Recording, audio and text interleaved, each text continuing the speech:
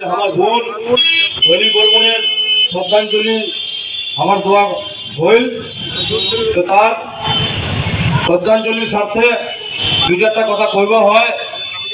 ভাইরে, তোমরা জানেন যে আমরা এই রাজবংশী দেশীয় পুলিশ সম্প্রদায়ের মানুষ, আমরা খুব সহজ সরল মানুষ। আজকে হামাল্লার বর্তমান যা পরিস্থিতি চলছে, হামাল্লার চক্রান্ত করে শোষণ করার চেষ্টা করছে এবং পাশাপাশি হামাল্লা সমস্ত জায়গা থেকে হামাল্লা বঞ্চিত করে রাখার চেষ্টা হচ্ছে। আজকে বর্তমানে এই সময়টা চলছে একটা অন্য রকম সময়, নির্বাচনের সময়। তাই নির্বাচনটাতে চলছে আমার এই বোন স্বর্গীয় ডলি বর্মন এখন পর্যন্ত ছাড়েনি।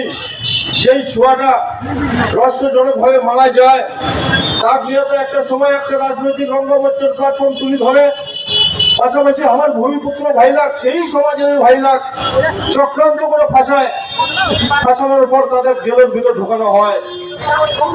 অনেক রাজনৈতিক অসাধুবেশী ব্যক্তির এখানে চক্রান্ত আছে,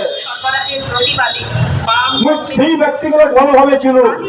কিন্তু এই লোকসভা নির্বাচন চলছে ভাইরে, তাই আমি অমাল্লা হুঁশিয়ার দিবার চাও যে এই আসন্ন লোকসভা যে তোমরা জবাব পাই নিবে।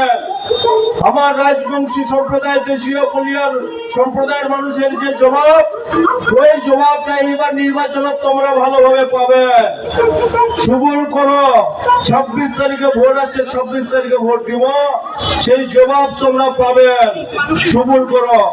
তো পাশাপাশি বাইরে আজকে যে বর্তমান সিচুয়েশন, বর্তমান যা পরিস্থিতি চলছে, আজকে এটনা উত্তর দিনাজপুরের ভূমিপুত্র রাজবংশী দেশীয় চলিয়া সম্প্রদায়ের মানুষ ঘামাক গরু ছাগল ছাড়া কিছু মনে করে না ভাইরে। আজকে এটিকার মানুষের সুস্বাস্থ্য উন্নত করার জন্য, এটিকার মানুষের চিকিৎসা ব্যবস্থা উন্নত করার জন্য এমনি একটা এইমস হসপিটাল হওয়ার কথা ছিল ভাইরে।